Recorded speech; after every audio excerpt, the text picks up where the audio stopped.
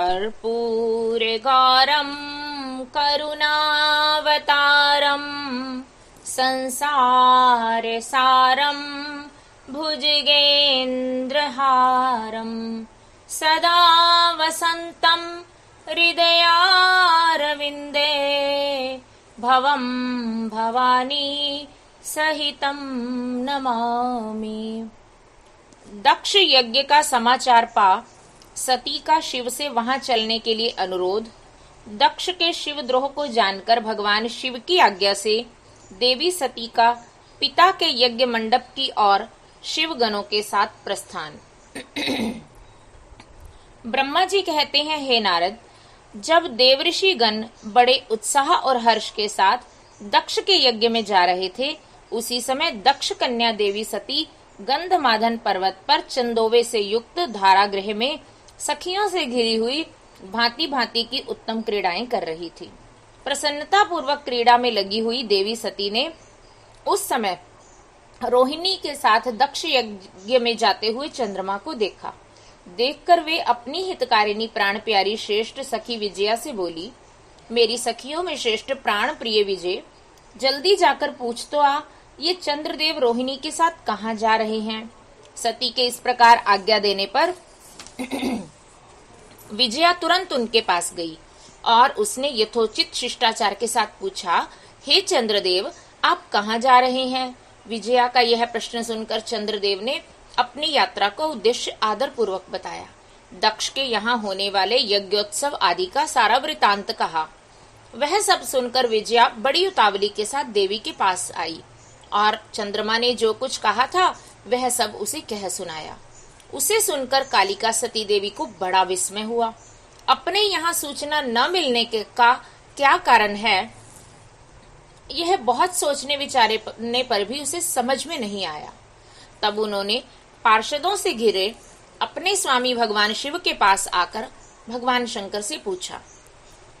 सती बोली, प्रभु, मैंने सुना है कि मेरे पिताजी के यहाँ कोई बहुत बड़ा यज्ञ हो रहा है, उसमें बहुत बड़ा उत्सव होगा, उसमें सब देवऋषि एकत्र हो रहे हैं। देव देवेश्वर, पिताजी के उस महान यज्ञ में चलने की रुचि आपको क्यों नहीं हो रही है। इस विषय में जो बात हो वह सब बताइए। महादेव, सुहृदों का यह धर्म है कि वे सुहृदों के साथ मिले जुले। यह मिलन उनके महान प्रेम को बढ़ाने वाला होता है। अतः प्रभु मेरे स्वामी, आप मेरी प्रार्थना मानकर सर्वथा प्रयत्न करके मेरे साथ पिताजी की यज्ञशाला में आज ही चलिए। सती की यह बात सुनकर भगवान महेश्वर देव, जिनका हृदय दक्ष के वागवानों से घायल हो चुका था, मधुर वाणी में बोले, देवी, तुम्हारे पिता दक्ष मेरे विशेष द्रोही हो गए हैं। जो प्रमुख देवता और ऋषि अभिमानी, मूढ़ और ज्ञान शून्य हैं, वे ही सब तुम्हारे पिता के यज्ञ में गए हैं।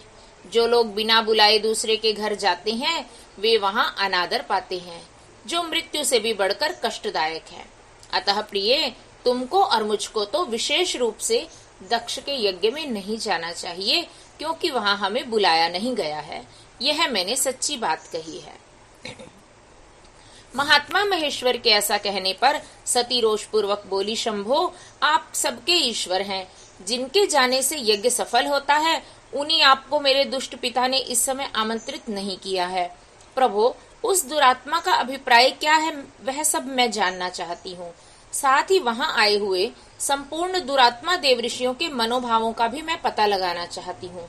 अतः प्रभु, मैं आज ही पिता के यज्ञ में जाती हूँ। नाथ महेश्वर, आप मुझे वहां जाने की आज्ञा दे दें।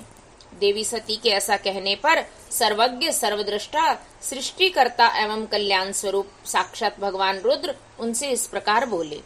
शिव ने कहा, उत्तम व्रत का पालन करने वाली देवी, यदि इस प्रकार तुम्हारी रुचि वहां अवश्य जाने के लिए हो गई है, तो मेरी आज्ञा से तुम शीघ्र अपने पिता के यज्ञ में जाओ। यह नंदी वृषभ सुसज्जित है। तुम एक महारानी के अनुरूप राजोपचार साथ ले सादर इस पर सवार होकर बहुसंख्यक प्रमथ गणों के साथ यात्रा करो। हे प्रिय, इस विभूषित वृषभ पर आरूढ़ हो। रुद्र के इस प्रकार आदेश देने पर सुंदर आभूषणों से अलंकृत सती देवी सब साधनों से युक्त हो पिता के घर की ओर चली।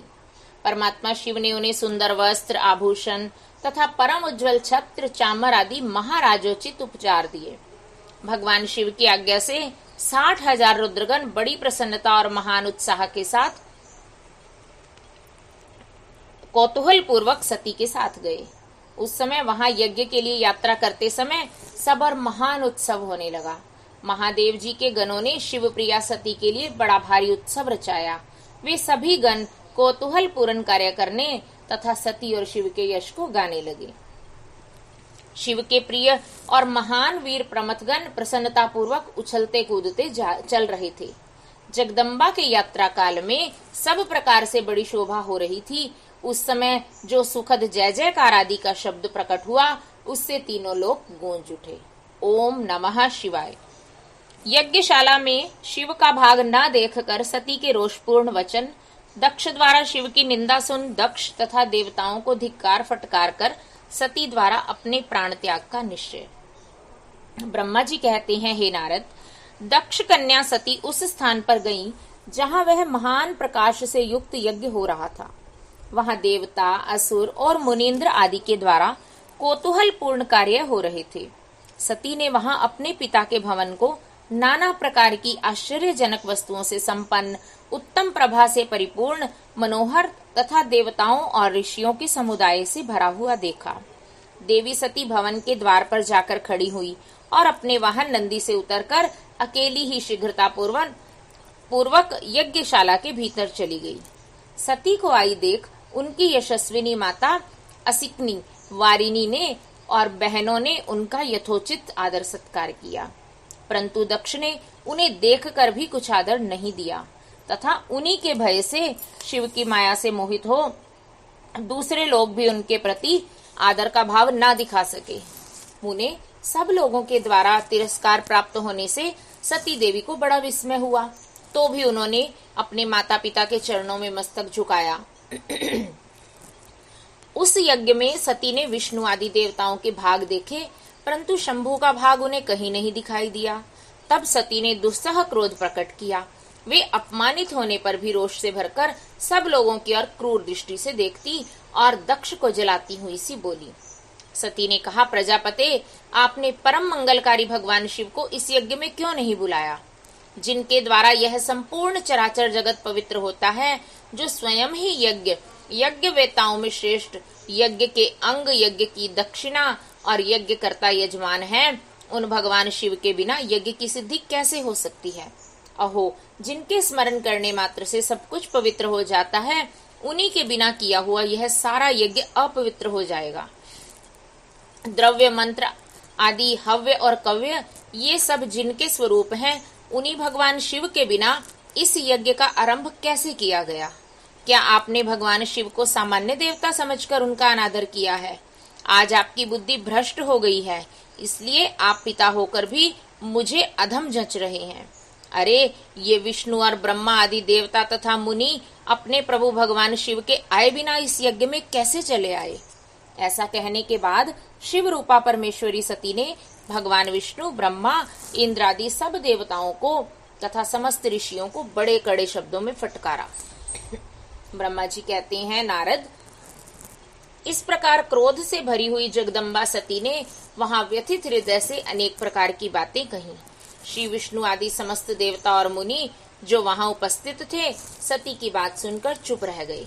अपनी पुत्री के वैसे वचन सुनकर कुपित हुए दक्ष ने सती की ओर क्रूर दृष्टि से देखा और इस प्रकार कहा।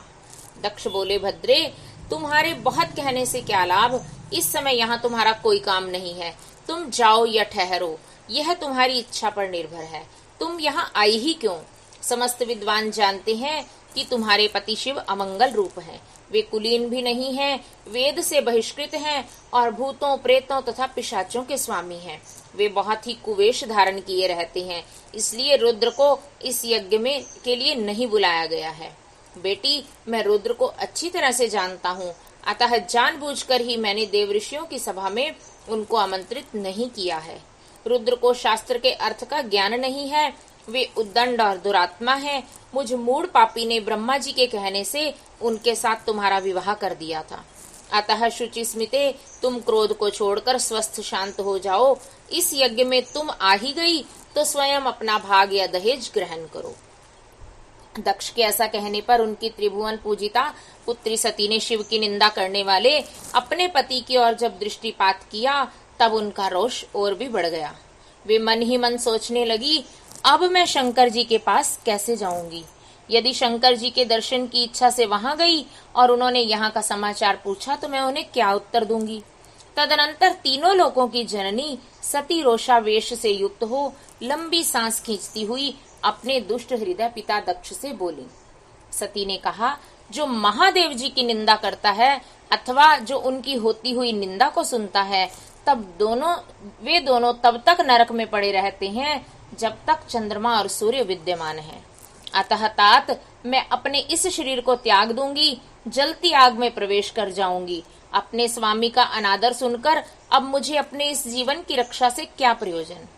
यदि कोई समर्थ हो तो वह स्वयं विशेष यत्न करके शंभु की निंदा करने वाले पुरुष की जीभ को बलपूर्वक काट डाले, तभी वह शिव निंदा श्रवण के पाप से शुद्ध हो सकता है, इसमें संशय नहीं है।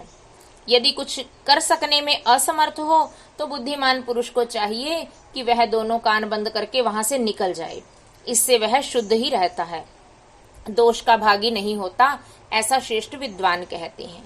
इस प्रकार धर्म नीति बताने पर सती को अपने आने का कारण बड़ा पश्चाताप हुआ। उन्होंने व्यथित चित्त से भगवान शंकर के वचन का स्मरण किया।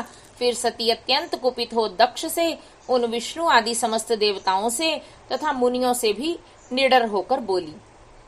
सती ने कहा, तात तुम भगवान शंकर के निंदक हो, इसलिए तुम्हें पश्चाताप होगा। यहाँ महान दुख भोग कर अंत में तुम्हें यातना भोगनी पड़ेगी। इस लोक में जिनके लिए न कोई प्रिय है न अप्रिय, उन निर्वैर परमात्मा शिव के प्रतिकूल तुम्हारे सिवा दूसरा कौन चल सकता है। जो दुष्ट लोग हैं वे सदा ईर्ष्या पूर्वक यदि महापुरुषों की निंदा करें तो उनके लिए यह कोई आश्चर्य की बात नहीं है, परंतु जो महात्माओं के चरणों की रज से अपने अज्ञान अंधकार को दूर कर चुके हों उन्हें महापुरुषों की निंदा शोभा नहीं देती। जिनका शिव यह 2 अक्षरों का नाम कभी बातचीत के प्रसंग से मनुष्यों की वाणी से कभी एक बार भी उच्चारित हो जाए तो वह संपूर्ण पाप राशि को शीघ्र ही नष्ट कर देता है, उन्हीं पवित्र कीर्ति वाले निर्मल शिव से तुम द्वेष करते हो। आश्चर्य है, वास्तव में तुम अशिव अमंगल रूप हो। महापुरुषों के मन रूपी मधुकर ब्रह्मानंदमय रस का पान करने की इच्छा से जिनके सार्वार्थदायक चरण कमलों का निरंतर सेवन किया करते हैं, उन्हीं से तुम मूर्खतावश द्रोह करते हो। जिन्हें तुम नाम से शिव और काम से अशिव बताते हो, उन्हें क्या तुम्हारे सिवा दूसरे विद्वान नहीं जानते। ब्रह्मा आदि देवता, सनक आदि मुनि तथा अन्य ज्ञानी क्या उनके स्वरूप को नहीं समझते। उदार बुद्धि भगवान शिव जटा फैलाए कपाल धारण किए शमशान में भूतों के साथ प्रसन्नता पूर्वक रहते तथा भस्म एवं नरमुंडों की माला धारण करते हैं। इस बात को जानकर भी जो मुनि और देवता उनके चरणों से गिरे हुए निर्माल्य को बड़े आदर के साथ अपने मस्तक पर चढ़ाते हैं, इसका क्या कारण है। यही कि वे भगवान शिव ही साक्षात परमेश्वर हैं। प्रवृत्ति यज्ञ याग आदि और निवृत्ति शम दम आदि 2 प्रकार के कर्म बताए गए हैं। मनीषी पुरुषों को उनका विचार करना चाहिए। वेद में विवेचन पूर्वक उनके रागी और विरागी 2 प्रकार के अलग अलग अधिकारी बताए गए हैं। परस्पर विरोधी होने के कारण उक्त दोनों प्रकार के कर्मों का एक ही कर्ता के द्वारा आचरण नहीं किया जा सकता। भगवान शंकर तो परब्रह्म परमात्मा हैं, उनमें इन दोनों ही प्रकार के कर्मों का प्रवेश नहीं होता। उन्हें कोई कर्म प्राप्त नहीं होता, उन्हें किसी भी प्रकार के कर्म करने की आवश्यकता नहीं है। पिताजी, हमारा ऐश्वर्य अव्यक्त है, इसका कोई लक्षण व्यक्त नहीं है। सदा आत्मज्ञानी महापुरुष ही उसका सेवन करते हैं। तुम्हारे पास वह ऐश्वर्य नहीं है। यज्ञशालाओं में रहकर वहां के अन्न से तृप्त होने वाले कर्मठ लोगों को जो भोग प्राप्त होता है, उससे वह ऐश्वर्य बहुत दूर है। जो महापुरुषों की निंदा करने वाला और दुष्ट है, उसके जन्म को धिक्कार है। विद्वान पुरुष को चाहिए कि उसके संबंध को विशेष रूप से प्रयत्न करके त्याग दे। जिस समय भगवान शिव तुम्हारे साथ मेरा संबंध दिखलाते हुए मुझे दाक्षायणी कहकर पुकारेंगे, उस समय मेरा मन सहसा अत्यंत दुखी हो जाएगा। इसलिए तुम्हारे अंग से उत्पन्न हुए सदा शव के तुल्य घृणित इस शरीर को इस समय निश्चय करके मैं निश्चय ही त्याग दूंगी और ऐसा करके सुखी हो जाऊंगी। हे देवताओं और मुनियों, तुम सब लोग मेरी बात सुनो। तुम्हारे हृदय में दुष्टता आ गई है। तुम लोगों का यह कर्म सर्वथा अनुचित है। तुम लोग मूढ़ हो, क्योंकि शिव की निंदा और कलह तुम्हें प्रिय है। अतः भगवान हर से तुम्हें इस कुकर्म का निश्चय ही पूरा पूरा दंड मिलेगा। ब्रह्मा जी कहते हैं, नारद, उस समय उस यज्ञ में दक्ष तथा देवताओं से ऐसा कहकर सती देवी चुप हो गई और मन ही मन अपने प्राण वल्लभ शंभु का स्मरण करने लगी। ओम नमः शिवाय। सती का योग अग्नि से अपने शरीर को भस्म कर देना, दर्शकों का हाहाकार, शिव पार्षदों का प्राण त्याग तथा दक्ष पर आक्रमण, रिभुओं द्वारा उनको भगाया जाना तथा देवताओं की चिंता। ब्रह्मा जी कहते हैं, नारद, मौन हुई सती देवी अपने पति का सादर स्मरण करके शांत चित्त हो सहसा उत्तर दिशा में भूमि पर बैठ गई। उन्होंने विधि पूर्वक जल का आचमन करके वस्त्र ओढ़ लिया और पवित्र भाव से आंखें मूंद कर पति का चिंतन करती हुई वे योग मार्ग में स्थित हो गई। उन्होंने आसन को स्थिर कर प्राणायाम द्वारा प्राण और अपान को एक रूप करके नाभि चक्र में स्थित किया। फिर उदान वायु को बलपूर्वक नाभि चक्र से ऊपर उठाकर बुद्धि के साथ हृदय में स्थापित किया। तत्पश्चात शंकर की प्राणवल्लभा आनंदिता सती उस हृदय स्थित वायु को कंठ मार्ग से भ्रिकुटियों के बीच में ले गई। इस प्रकार दक्ष पर कुपित हो सहसा अपने शरीर को त्यागने की इच्छा से सती ने अपने संपूर्ण अंगों में योग मार्ग के अनुसार वायु और अग्नि की धारणा की। तदनंतर अपने पति के चरणारविंदों का चिंतन करती हुई सती ने अन्य सब वस्तुओं का ध्यान भुला दिया। उनका चित्त योग मार्ग में स्थित हो गया था, इसलिए वहां उन्हें अपने पति के चरणों के अतिरिक्त और कुछ दिखाई नहीं दिया। मुनिश्रेष्ठ, सती का निष्पाप शरीर तत्काल गिरा और उनकी इच्छा के अनुसार योग अग्नि से जलकर उसी क्षण भस्म हो गया। उस समय वहां आए हुए देवता आदि ने जब यह घटना देखी तब वे बड़े जोर जोर से हाहाकार करने लगे। उनका वह महान, अद्भुत, विचित्र और भयंकर हाहाकार आकाश में और पृथ्वी तल पर सब ओर फैल गया। लोग कह रहे थे, हाय, महान देवता भगवान शंकर की प्रेयसी सती देवी ने किस दुष्ट के दुर्व्यवहार से कुपित हो अपने प्राण त्याग दिए। अहो ब्रह्मा जी के पुत्र, इस दक्ष की बड़ी भारी दुष्टता तो देखो। सारा चराचर जगत जिनकी संतान है, उसी की पुत्री मनस्विनी से सती देवी, जो सदा ही मान पाने के योग्य थी, उनके द्वारा ऐसी निरादृत हुई कि प्राणों से ही हाथ धो बैठी। भगवान वृषभध्वज की प्रिया सती सदा कभी सत्पुरुषों के द्वारा निरंतर सम्मान पाने के अधिकारिणी थी। वास्तव में उनका हृदय बड़ा ही असहिष्णु है। वह प्रजापति दक्ष ब्राह्मण द्रोही हैं, इसलिए सारे संसार में उसे महान अपयश प्राप्त होगा। उसकी अपनी ही पुत्री उसी के अपराध से जब प्राण त्याग करने को उद्यत हो गई, तब भी उस महान नरक भोगी शंकर द्रोही ने उसे रोका तक नहीं। जिस समय सब लोग ऐसा कह रहे थे, उसी समय शिव के पार्षद सती का यह अद्भुत प्राण त्याग देख तुरंत ही क्रोधपूर्वक अस्त्र शस्त्र ले दक्ष को मारने के लिए उठ खड़े हुए। यज्ञ मंडप के द्वार पर खड़े हुए वे भगवान शंकर के समस्त 60,000 पार्षद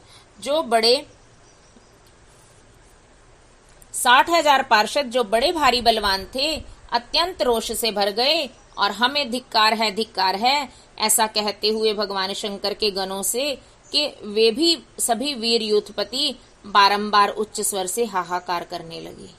हे देवर्षि, कितने ही पार्षद तो वहां शोक से ऐसे व्याकुल हो गए कि वे अत्यंत तीखे प्राणनाशक शस्त्रों द्वारा अपने ही मस्तक और मुख आदि अंगों पर आघात करने लगे। इस प्रकार 20,000 पार्षद उस समय दक्ष कन्या सती के साथ ही नष्ट हो गए। वह एक अद्भुत सी बात हुई। नष्ट होने से बचे हुए महात्मा शंकर के वे प्रमथगण क्रोध युक्त दक्ष को मारने के लिए हथियार लिए उठ खड़े हुए। मुने उन आक्रमणकारी पार्षदों का वेग देखकर भगवान भृगु ने यज्ञ में विघ्न डालने वालों का नाश करने के लिए नियत अपहता असुरहा रक्षाम सवेदिशद इस यजुर मंत्र से दक्षिणाग्नि में आहुति दी। भृगु की आहुति देते ही यज्ञ कुंड से ऋभु नामक सहस्त्रों महान देवता जो बड़े प्रबल वीर थे वहां प्रकट हो गए। मुनीश्वर उन सबके हाथ में जलती हुई लकड़ियां थी।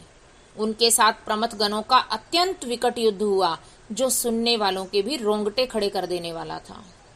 उन ब्रह्म तेज से संपन्न महावीर ऋभुओं की सब ओर से ऐसी मार पड़ी जिससे प्रमथगण बिना अधिक प्रयास के ही भाग खड़े हुए। इस प्रकार उन देवताओं ने उन शिवगणों को तुरंत मार भगाया। यह अद्भुत सी घटना भगवान शिव की महाशक्तिमती इच्छा से ही हुई। वह सब देखकर ऋषि, इंद्र आदि देवता, मरुदगण, विश्वे देव, अश्विनी कुमार और लोकपाल चुप ही रहे। कोई सब ओर से आकर वहां भगवान विष्णु से प्रार्थना करते थे कि किसी तरह विघ्न टल जाए। वे उद्विग्न हो बारंबार विघ्न निवारण के लिए आपस में सलाह करने लगे। प्रमथगणों के नाश होने और भगाए जाने से जो भावी परिणाम होने वाला था उसका भली भांति विचार करके उत्तम बुद्धि वाले श्री विष्णु आदि देवता अत्यंत उद्विग्न हो उठे थे। हे मुने, इस प्रकार दुरात्मा शंकर द्रोही ब्रह्म बंधु दक्ष के यज्ञ में उस समय बड़ा भारी विघ्न उपस्थित हो गया। ओम नमः शिवाय। आकाशवाणी द्वारा दक्ष की भर्त्सना, उनके विनाश की सूचना तथा समस्त देवताओं को यज्ञ मंडप से निकल जाने की प्रेरणा। ब्रह्मा जी कहते हैं, मुनीश्वर, इसी बीच में वहां दक्ष तथा देवता आदि के सुनते हुए आकाशवाणी ने यह यथार्थ बात कही। रे दुराचारी दक्ष, ओ दंभाचार परायण महामूढ़, यह तूने कैसा अनर्थकारी कर्म कर डाला। ओ मूर्ख, शिव भक्त राज दधीची के कथन को भी तूने प्रामाणिक नहीं माना, जो तेरे लिए सब प्रकार से आनंददायक और मंगलकारी था। वे ब्राह्मण देवता तुझे दुस्सह शाप देकर तेरी यज्ञशाला से निकल गए तो भी तुझ मूढ़ ने अपने मन में कुछ नहीं समझा। उसके बाद तेरे घर में मंगलमयी सती देवी स्वतः पधारी, जो तेरी अपनी ही पुत्री थी, किंतु तूने उनका भी परम आदर नहीं किया। ऐसा क्यों हुआ? ज्ञान दुर्बल दक्ष, तूने सती और महादेव जी की पूजा नहीं की। यह क्या किया? मैं ब्रह्मा जी का बेटा हूँ ऐसा समझकर तू व्यर्थ ही घमंड में भरा रहता है और इसलिए तुझ पर मोह छा गया है। वे सती देवी ही सतपुरुषों की आराध्या देवी हैं और सदा आराधना करने वालों के योग्य हैं। वे समस्त पुण्यों का फल देने वाली, तीनों लोकों की माता, कल्याण स्वरूपा और भगवान शंकर के आधे अंग में निवास करने वाली हैं। वे सती देवी ही पूजित होने पर सदा संपूर्ण सौभाग्य प्रदान करने वाली हैं। वे ही महेश्वर की शक्ति हैं और अपने भक्तों को सब प्रकार के मंगल देती हैं। वे सती देवी ही पूजित होने पर सदा संसार का भय दूर करती हैं, मनोवांछित फल देती हैं तथा वे ही समस्त उपद्रवों को नष्ट करने वाली देवी हैं। वे सती ही सदा पूजित होने पर कीर्ति और संपत्ति प्रदान करती हैं। वे ही पराशक्ति तथा भोग और मोक्ष प्रदान करने वाली परमेश्वरी हैं। वे सती ही जगत को जन्म देने वाली माता, जगत की रक्षा करने वाली अनादि शक्ति और प्रलय काल में जगत का संहार करने वाली है। वे जगन माता सती ही भगवान विष्णु की माता रूप से सुशोभित होने वाली तथा ब्रह्मा, इंद्र, चंद्र, अग्नि एवं सूर्य देव आदि की जननी मानी गई हैं। वे सती ही तप, धर्म और दान आदि का फल देने वाली हैं। वे ही शंभु शक्ति महादेवी हैं तथा दुष्टों का हनन करने वाली परात्पर शक्ति हैं। ऐसी महिमा वाली सती देवी, जिनकी सदा प्रिय धर्म पत्नी है, उन भगवान शंकर को तूने यज्ञ में भाग क्यों नहीं दिया? अरे, तू कैसा मूढ़ और कुविचारी है। भगवान शिव ही सबके स्वामी तथा परात्पर परमेश्वर हैं। वे समस्त देवताओं के सम्यक सेव्य हैं और सबका कल्याण करने वाले हैं। इन्हीं के दर्शन की इच्छा से सिद्ध पुरुष तपस्या करते हैं और इन्हीं के साक्षात्कार की अभिलाषा मन में लेकर योगी लोग योग साधना में प्रवृत्त होते हैं। अनंत धन, धान्य और यज्ञ याग आदि का सबसे महान फल यही बताया गया है कि भगवान शंकर का दर्शन सुलभ हो। शिव ही जगत का धारण पोषण करने वाले हैं। वे ही समस्त विद्याओं के पति एवं सब कुछ करने में समर्थ हैं। आदि विद्या के श्रेष्ठ स्वामी और समस्त मंगलों के भी मंगल वे ही हैं। दुष्ट दक्ष, तूने उनकी शक्ति का आज सत्कार नहीं किया है, इसलिए इस यज्ञ का विनाश हो जाएगा। पूजनीय व्यक्तियों की पूजा न करने से अमंगल ही होता है। तूने परम पूज्य शिव स्वरूपा सती का पूजन नहीं किया है। शेषनाग अपने सहस्त्र मस्तकों से प्रतिदिन प्रसन्नता पूर्वक जिनके चरणों की रज धारण करते हैं, उन्हीं भगवान शिव की शक्ति सती देवी थी। जिनके चरण कमलों का निरंतर ध्यान और सादर पूजन करके ब्रह्मा जी ब्रह्मत्व को प्राप्त हुए हैं, उन्हीं भगवान शिव की प्रिय पत्नी सती देवी थी। जिनके चरण कमलों का निरंतर ध्यान और सादर पूजन करके इंद्र आदि लोकपाल अपने अपने उत्तम पद को प्राप्त हुए हैं, वे भगवान शिव संपूर्ण जगत के पिता हैं और शक्ति स्वरूपा सती देवी जगत की माता कही गई हैं। हे मूढ़ दक्ष, तूने उन माता पिता का सत्कार कैसे नहीं किया? फिर तेरा कल्याण कैसे होगा? तुझ पर दुर्भाग्य का आक्रमण हो गया और विपत्तियां टूट पड़ी, क्योंकि तूने उन भवानी सती और भगवान शंकर की भक्ति भाव से आराधना नहीं की। कल्याणकारी शंभु का पूजन न करके भी मैं कल्याण का भागी हो सकता हूँ, यह तेरा कैसा गर्व है? वह दुर्वार गर्व आज नष्ट हो जाएगा। इस देवताओं में से कौन ऐसा है जो सर्वेश्वर शिव से विमुख होकर तेरी सहायता करेगा? मुझे तो ऐसा कोई देवता दिखाई नहीं देता। यदि देवता इस समय तेरी सहायता करेंगे तो जलती आग से खेलने वाले पतंगे के समान नष्ट हो जाएंगे। आज तेरा मुंह जल जाए, तेरे यज्ञ का नाश हो जाए और जितने भी तेरे सहायक हैं वे भी आज शीघ्र ही जल मरे। इस दुरात्मा दक्ष की जो सहायता करने वाले हैं, उन समस्त देवताओं के लिए आज शपथ है, वे तेरे अमंगल के लिए ही तेरी सहायता से विरत हो जाएंगे। समस्त देवता आज इस यज्ञ मंडप से निकलकर अपने अपने स्थान को चले जाएं, अन्यथा सब लोगों का इस प्रकार से नाश हो जाएगा। अन्य सब मुनि और नाग आदि भी इस यज्ञ से निकल जाएं, अन्यथा आज सब लोगों का सर्वथा नाश हो जाएगा। श्री हरि और विधाता, आप लोग भी इस यज्ञ मंडप से शीघ्र ही निकल जाइए। ब्रह्मा जी कहते हैं, नारद, संपूर्ण यज्ञशाला में बैठे हुए लोगों से ऐसा कहकर सबका कल्याण करने वाली वह आकाशवाणी मौन हो गई। ओम नमः शिवाय। गणों के मुख से और नारद से भी सती के दग्ध होने की बात सुनकर दक्ष पर कुपित हुए शिव का अपनी जटा से वीरभद्र और महाकाली को प्रकट करके उन्हें यज्ञ विध्वंस करने और विरोधियों को जला डालने की आज्ञा देना। ब्रह्मा जी कहते हैं, नारद, वह आकाशवाणी सुनकर सब देवता आदि भयभीत और विस्मित हो गए। उनके मुंह से कोई बात नहीं निकली। वे इस तरह खड़े या बैठे रह गए मानो उन पर विशेष मोह छा गया हो। भृगु के मंत्र बल से भाग जाने के कारण जो वीर शिवगण नष्ट होने से बच गए थे, वे भगवान शिव की शरण में गए। उन सबने अमित तेजस्वी भगवान रुद्र को भली भांति सादर प्रणाम करके वहां यज्ञ में जो कुछ हुआ था वह सारी घटना उन्हें कह सुनाई। गण बोले, महेश्वर, दक्ष बड़ा दुरात्मा और घमंडी है। उसने वहां जाने पर सती देवी का अपमान किया और देवताओं ने भी उसका आदर नहीं किया। अत्यंत गर्व से भरे हुए उस दुष्ट दक्ष ने आपके लिए यज्ञ में भाग नहीं दिया, दूसरे देवताओं के लिए दिया और आपके विषय में उच्च स्वर से दुर्वचन कहे। प्रभो, यज्ञ में आपका भाग न देखकर सती देवी कुपित हो उठी और पिता की बारंबार निंदा करके उन्होंने तत्काल अपने शरीर को योग अग्नि द्वारा जलाकर भस्म कर दिया। यह देख 10,000 से अधिक पार्षद लज्जावश शस्त्रों द्वारा अपने ही अंगों को काट काट कर वहां मर गए। शेष हम लोग दक्ष पर कुपित हो उठे और सबको भय पहुंचाते हुए वेग पूर्वक उस यज्ञ का विध्वंस करने को उद्यत हो गए, परंतु विरोधी भृगु ने अपने प्रभाव से हमें तिरस्कृत कर दिया। हम उनके मंत्र बल का सामना ना कर सके। हे प्रभो विश्वम्भर, वे ही हम लोग आज आपकी शरण में आए हैं। हे दयालो, वहां प्राप्त हुए भय से आप हमें बचाइए, निर्भय कीजिए। हे महाप्रभो, उस यज्ञ में दक्ष आदि सभी दुष्टों ने घमंड में आकर आपका विशेष रूप से अपमान किया है। कल्याणकारी शिव, इस प्रकार हमने अपना सती देवी का और मूढ़ बुद्धि वाले दक्ष आदि का भी सारा वृतांत कह सुनाया। अब आपकी जैसी इच्छा हो वैसा करें। ब्रह्मा जी कहते हैं, नारद, अपने पार्षदों की यह बात सुनकर भगवान शिव ने वहां की सारी घटना जानने के लिए शीघ्र ही तुम्हारा स्मरण किया।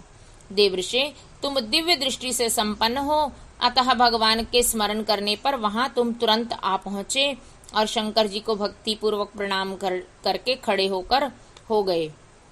स्वामी शिव ने तुम्हारी प्रशंसा करके तुमसे दक्ष यज्ञ में गई हुई सती का समाचार तथा दूसरी घटनाओं को पूछा। तात शंभु के पूछने पर शिव में मन लगाए रखने वाले तुमने शीघ्र ही यह सारा वृतांत कह सुनाया जो दक्ष यज्ञ में घटित हुआ था।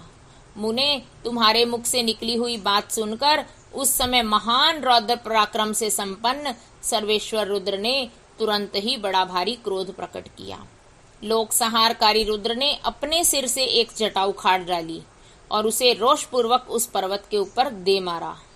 हे मुने, भगवान शंकर के पटकने से उस जटा के 2 टुकड़े हो गए और महाप्रलय के समान भयंकर शब्द प्रकट हुआ। देवऋषि, उस जटा के पूर्वाभाग से महाभयंकर बलशाली वीरभद्र प्रकट हुए, जो समस्त शिवगणों के अगुआ हैं। वे भूमंडल पर सब ओर से व्याप्त करके उससे भी 10 अंगुल अधिक होकर खड़े हुए।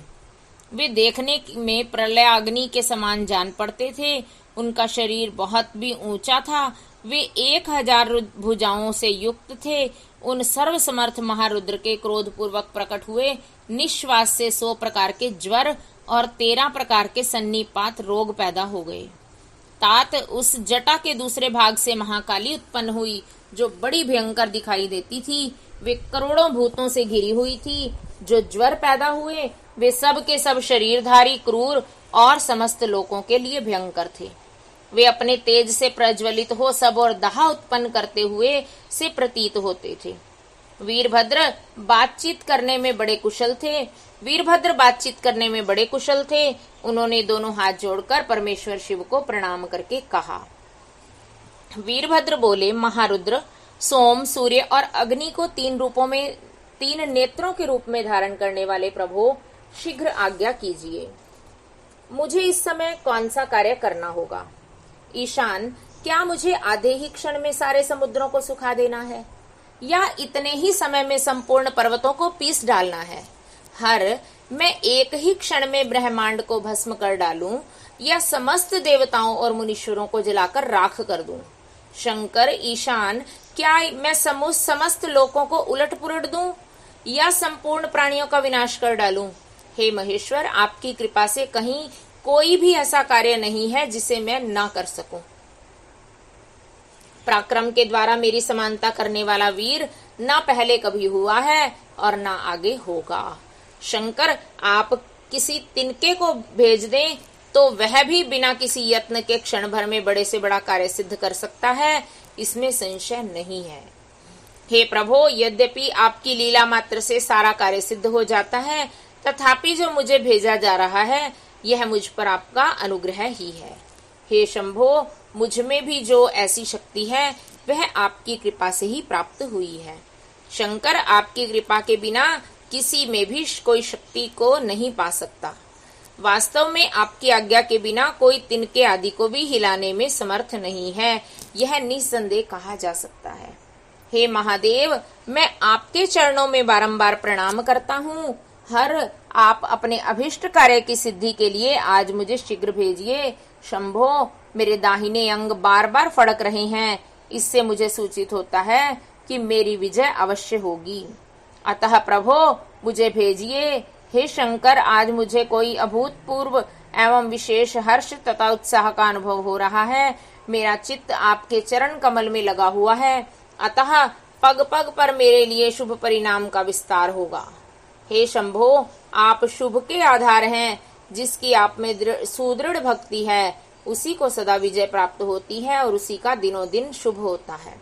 ब्रह्मा जी कहते हैं, नारद, उनकी यह बात सुनकर सर्वमंगला के पति भगवान शिव बहुत संतुष्ट हुए और वीरभद्र तुम्हारी जय हो ऐसा आशीर्वाद देकर वे फिर बोले। महेश्वर शिव ने कहा, मेरे पार्षदों में श्रेष्ठ वीरभद्र, ब्रह्मा जी का पुत्र दक्ष बड़ा दुष्ट है। उस मूर्ख को बड़ा घमंड हो गया है, अतः इन दिनों वह विशेष रूप से मेरा विरोध करने लगा है। दक्ष, इस समय एक यज्ञ कराने के लिए उद्यत तुम याग परिवार सहित उस यज्ञ को भस्म करके आओ, फिर मेरे स्थान पर शीघ्र लौट आओ। यदि देवता, गंधर्व, यक्ष अथवा अन्य कोई तुम्हारा सामना करने के लिए उद्यत हो तो उन्हें भी आज ही शीघ्र और सहसा भस्म कर डालना। दधीची की दिलाई हुई मेरी शपथ का उल्लंघन करके जो देवता आदि वहां ठहरे हुए थे, उन्हें तुम निश्चय ही प्रयत्न पूर्वक जलाकर भस्म कर दो। जो मेरी शपथ का उल्लंघन करके गर्व युक्त हो वहां ठहरे हुए थे, वे सब के सब मेरे द्रोही हैं, अतः उन्हें अग्नि माया से जला डालो। दक्ष की यज्ञशाला में जो अपनी पत्नियों और सारभूत उपकरणों के साथ बैठे हों, उन सबको जलाकर भस्म कर देने के पश्चात तुम फिर शीघ्र लौट आना। तुम्हारे वहां जाने पर वे विश्वदेव और देवगण भी यदि तुम्हारे सामने आ तुम्हारी सादर स्तुति करें, तो भी तुम उन्हें शीघ्र आग की ज्वाला से जलाकर ही छोड़ना। हे वीर, वहां दक्ष आदि सब लोगों को पत्नी और बंधु बांधवों सहित जलाकर कलशों में रखे हुए जल को लीला पूर्वक पी जाना। ब्रह्मा जी कहते हैं, नारद, जो वैदिक मर्यादा के पालक, काल के भी शत्रु तथा सबके ईश्वर हैं, वे भगवान रुद्र रोष से लाल आंखें किए महावीर वीरभद्र से ऐसा कहकर चुप हो गए। ओम नमः शिवाय। बोलो शंकर भगवान की जय। उमापति महादेव की जय।